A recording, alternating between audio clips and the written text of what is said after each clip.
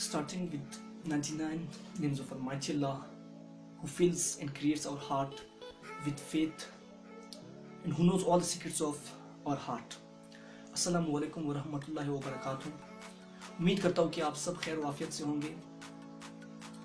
मैं जो भी वीडियो बनाता हूँ तो उसमें मेरा एक मतलब और मकसद होता है। तो आज भी इस वीडियो में मेरा एक मतलब और मकसद है।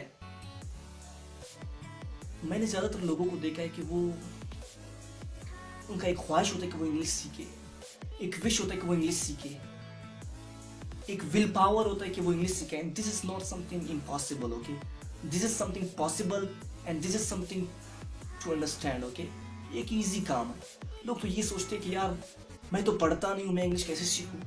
बहुत से ऐसे लोग होते हैं जो कहते हैं कि यार मैं तो अनएजुकेटेड हूँ, मैं इंग्लिश कैसे सीख सकता हूँ। बहुत से ऐसे लोग होते हैं जो कहते हैं यार मेरे तो कम्युनिकेशन स्किल्स स्ट्रांग नहीं है, how can I become a good speaker of English. There are many people they feel that यार मैं तो कॉन्फिडेंट नहीं हूँ, मैं कैसे इंग्लिश सीख सकता हूँ। मैं आप सबको बता रहा हूँ, एक अनएजुकेटेड भी अगर ट्राई करे तो वो इंग्लिश सीख सकता है। इंग्लिश कोई that is not any knowledge, this is only a language. एक लैंग्वेज है। जुबान तो कोई भी सीख जाता है। जुबान तो सिर्फ एक एनवायरमेंट चाहता है। जैसे आपने एक बच्चे को ऑब्जर्व किया होगा, एक बच्चे को हम कभी ये नहीं सिखाते कि यार this is your language, now come and bring your copy and I am going to teach you. आपने कभी भी ये नहीं देखा होगा कि हम एक बच्चे को सिखाते हैं कि यार ये एक जुबान है, आपने सीखना है। बच्चा कैसे सीखता है? बच्चा अपने माहौल से सीखता है। बच्चा अपने वालिदैन को सुनते मतलब जैसे उन्हें सुनते तो उन बातों को फॉलो करते हैं। बच्चा मुझे सुनता है। एक बच्चा जो है सबको सुनता है और वो जो भी कहते हैं, हम जो भी उस बच्चे को कहते हैं वो बच्चा वही सीखता है और वही बोलता है। तो एक बच्चे का एग्जांपल मैं I am just giving you an example of a children, okay.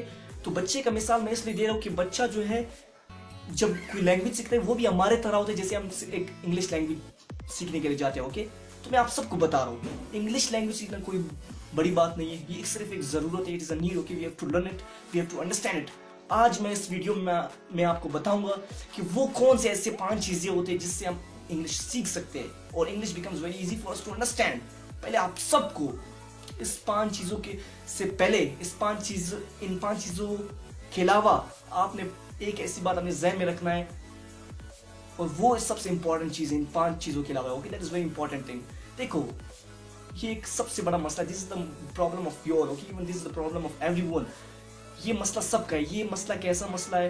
ये मसला ये है कि देखो हमारे दिल में खौफ होता है जब हम इंग्लिश में बोलते हैं। हम कहते हैं यार अगर मैंने गलत कहा तो लोग मुझे पकड़ेंगे, अगर मैंने कुछ गलत कहा तो लोग क्या कहेंगे, यार इसको तो इंग्लिश बोलना नहीं आता है। तो मैं आप सबकी चीज बताऊँ यार, this is not our mother tongue, this is not our local language, this is not our national language, this is only an international language. ये ना हमारा मादरी जुबान है, ना ये हमारा कोई लोकल लैंग्वेज है। It is simple language of Europeans, it is simple language of Americans. We have to learn it, it is a need, ये एक जरूरत है, हमें सीखना चाहिए। तो उसके लिए हम क्यों शर्माते हैं यार जब हम किसी के सामने हम दूसरों के सामने बोलते नहीं, क्योंकि हम ये फील करते हैं कि यार अगर मैंने कोई गलती किया तो वो मुझे मेरे बारे में क्या सोचेगा। यार आपको तो प्राउड फील करना चाहिए, आपको तो फख्र करना चाहिए इस बात पे कि आप अमेरिकन की जुबान को सीख रहे हो, यूरोपियंस की जुबान को सीख रहे हो और कोशिश करो और मिस्टेक कर रहे हो। दिस इज नथिंग यार, you have to know, you have to understand it. और वो 5 चीजें क्या है? उन 5 चीजों को फॉलो करने के बाद मैं आप सबको गारंटी देता हूँ, I guarantee every student of English language, I guarantee every man that you will come to know about English and you will really understand what is English.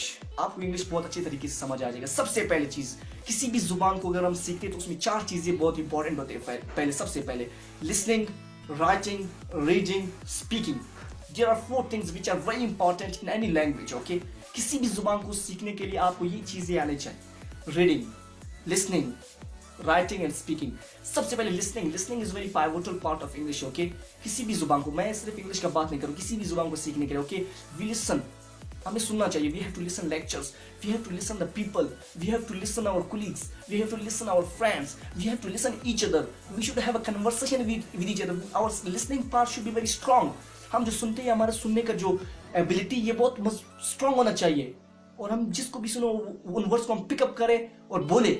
मैं आप सबको कहता हूं कि जितना सुनोगे उतना ही ज्यादा लिखोगे, जितना ज्यादा पढ़ोगे उतना ही ज्यादा बोलोगे, okay. The more you listen the more you will be able to write, the more you read the more you will be able to speak. Second चीज जो है writing, okay. Writing is very important, okay. Means whenever you learn anything, छोटा सा जुमला आप सीख ले उसको लिखो, write it, okay. This is very important and this will never be removed from your mind. Next, reading is very important. आप articles read करो, आप छोटे छोटे किताबें पढ़ो, आप हर तरह की किताबें, मतलब आर्टिकल्स हुए, नॉवेल्स हुए इंग्लिश के, आप कोई न्यूज़पेपर पढ़ो। मैं कहता हूँ कि जितना रीडिंग करोगे उतना ही फिर बोलोगे। Okay, this will help you in speaking.